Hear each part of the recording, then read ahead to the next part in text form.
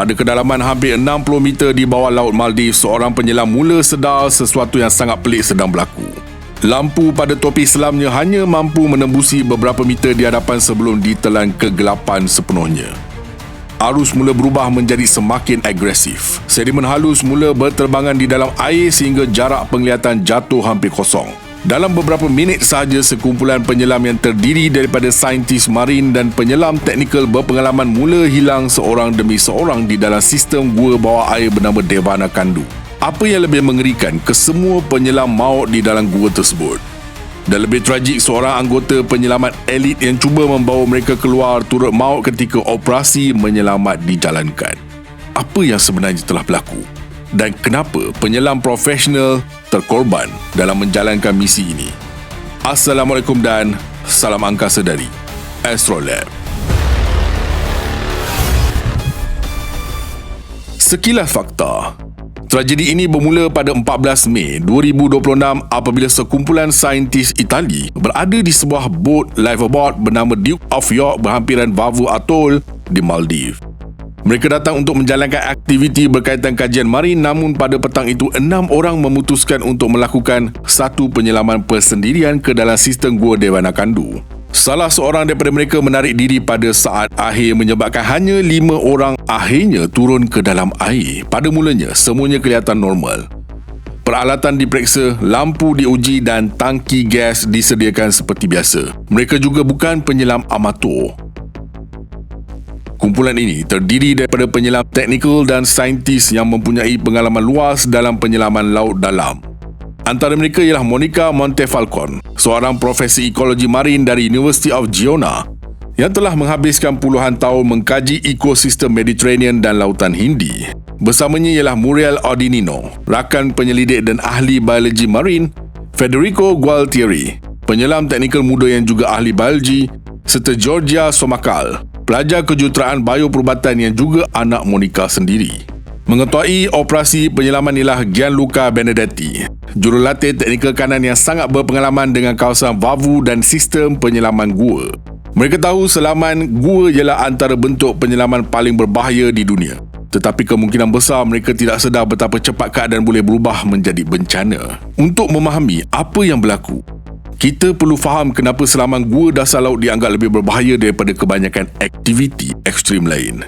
Dalam penyelaman biasa, jika berlaku masalah, penyelam hanya perlu naik ke permukaan, tetapi dalam selaman gua dasar laut, di atas kepala anda hanyalah batu. Satu-satunya jalan keluar ialah lorong sempit yang sama digunakan untuk masuk. Devana Kandu pula bukan gua biasa.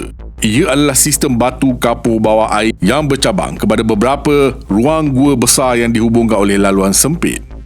Ada bahagian yang memaksa penyelam bergerak seorang demi seorang. Pada kedalaman hampir 60 meter, cahaya matahari hampir langsung tidak sampai. Tanpa lampu, seorang penyelam akan berada dalam kegelapan sepenuhnya. Selain gelap, kawasan Vavu juga terkenal dengan arus bawah air yang sangat kuat. Arus di sini dipengaruhi oleh pasang surut dan bentuk saluran karang di kawasan tersebut. Pada hari kejadian, Maldives sebenarnya sedang mengalami cuaca buruk dengan angin mencecah hampir 50 km sejam. Dalam sistem gua seperti Devana Kandu, tenaga daripada ombak dan angin di permukaan boleh diterjemahkan menjadi arus bawah air yang sangat ganas dan tidak stabil. Ramai pakar percaya kumpulan ini mungkin hanya bercadang melakukan penyelaman peninjauan berhampiran pintu masuk gua. Namun ketika berada di kawasan masuk, arus tiba-tiba berubah dan menarik mereka lebih jauh ke dalam sistem gua. Dalam proses ini, arus dalam ruang sempit boleh bertindak seperti instrumen muzik iaitu saifon yang menyedot air dengan sangat kuat. Jika seorang penyelam hilang kawalan walaupun beberapa saat, mereka boleh dihumban jauh ke dalam ruang gua sebelum bertindak balas. Pada kedalaman 60 meter, tubuh manusia berada di bawah tekanan hampir 7 atmosfera. Setiap pergerakan menjadi berat, pernafasan menjadi lebih sukar dan otak mula mengalami kesan nitrogen narkosis, iaitu keadaan yang sering digelar sebagai mabuk kedalaman. Nitrogen yang disedut pada tekanan tinggi mula mengganggu fungsi otak sehingga penyelam boleh menjadi keliru, lambat berfikir dan gagal membuat keputusan dengan betul. Dalam keadaan gelap dan sempit, kesan ini boleh menjadi sangat berbahaya. Tetapi ada satu lagi ancaman yang mungkin memainkan peranan besar dalam tragedi ini, iaitu fenomena yang dipanggil silt out. Dasar gua batu kapur biasanya dipenuhi sedimen halus yang tidak terusik selama ribuan tahun. Satu tendangan kaki saja boleh menyebabkan debu ini terapung ke dalam air. Apabila itu berlaku, jarak penglihatan boleh jatuh daripada beberapa meter kepada kosong sepenuhnya dalam beberapa saat. Lampu paling terang sekalipun hanya akan memantulkan debu di depan muka penyelam. Mereka tidak lagi dapat melihat dinding, lorong keluar atau rakan sendiri. Ramai penyelam gua maut bukan kerana kehabisan udara tetapi kerana hilang orientasi dan berenang ke arah yang salah. Dalam keadaan panik, mereka akhirnya masuk lebih dalam dan gagal mencari jalan keluar semula. Namun teori paling menakutkan dalam kes ini melibatkan campuran gas di dalam tangki mereka.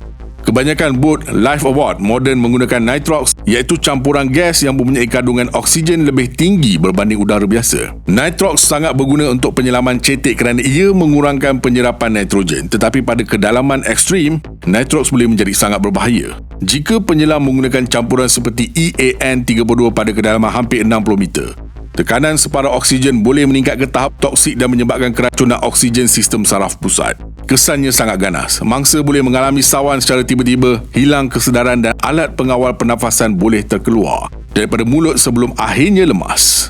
Semuanya boleh berlaku dalam beberapa saat sahaja. Ramai penyelam teknikal percaya tragedi Devanakandu mungkin berlaku akibat gabungan beberapa faktor serentak. Arus kuat mungkin menarik mereka lebih jauh ke dalam sistem gua. Keracunan nitrogen pula mengganggu kemampuan mereka berfikir. Fenomena debu dasar menyebabkan jarak penglihatan hilang sepenuhnya. Dan jika benar berlaku kesilapan campuran gas, seorang penyelam mungkin mengalami keracunan oksigen secara tiba-tiba. Dalam ruang sempit dan gelap, satu masalah kecil sahaja boleh mencetuskan rantaian reaksi yang membunuh seluruh pasukan. Beberapa jam selepas mereka turun, kelima-lima penyelam masih tidak timbul ke permukaan. Menjelang malam, Coast Guard Maldives dipanggil dan operasi menyelamat dimulakan. Tetapi operasi penyelamatan pada kedalaman 60 meter sendiri merupakan operasi yang sangat berbahaya. Penyelam penyelamat perlu berada lama di bawah tekanan tinggi sambil bergerak dalam ruang sempit dan arus kuat. Keesokan harinya, mayat pertama berjaya ditemui. Gianluca Benedetti ditemui di lorong sempit antara ruang gua pertama dan kedua. Tangki gasnya kosong. Menurut pakar penyelaman, itu mungkin petunjuk paling tragik dalam seluruh tragedi ini. Seorang penyelam berpengalaman seperti Gianluca jarang kehabisan udara secara tidak sengaja. Kemungkinan besar beliau menggunakan gasnya untuk cuba menyelamatkan rakan-rakannya sehingga udara miliknya sendiri habis. Namun tragedi ini masih belum berakhir. Pada hari berikutnya, seorang anggota elit Maldives National Defence Force bernama Sarjan Major Muhammad Mahdi memasuki gua untuk cuba menembusi ruang gua ketiga dan keempat lagi, di mana mangsa dipercayai berada. Operasi itu sangat meletihkan dan memerlukan beliau berada lama pada tekanan tinggi.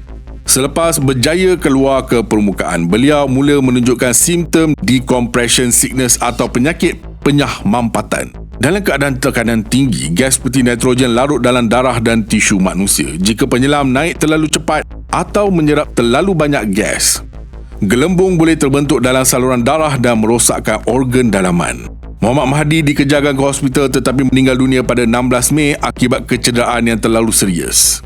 Devanakandu kini sudah meragut 6 nyawa. Maldives akhirnya mendapatkan bantuan penyelam gua profesional dari Finland yang menggunakan closed circuit rebreather, sistem khas yang membolehkan penyelam berada lebih lama di bawah air dan mengurangkan penghasilan gelembung yang boleh mengganggu sedimen dalam gua. Namun, walaupun menggunakan teknologi moden, operasi pemulihan masih dianggap sangat berbahaya kerana keadaan dalam Devanakandu terlalu ekstrim dan tidak stabil.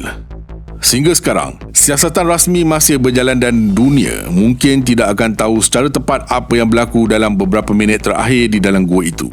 Tetapi satu perkara yang pasti, tragedi Devanakandu membuktikan bahawa selaman gua dasar laut berisiko untuk manusia. Dalam kegelapan 60 meter di bawah laut, satu kesilapan kecil sahaja sudah cukup untuk menghapuskan seluruh pasukan penyelam berpengalaman. Berikan pendapat anda, jangan lupa like, komen, share dan subscribe. Astrolab signing off from space.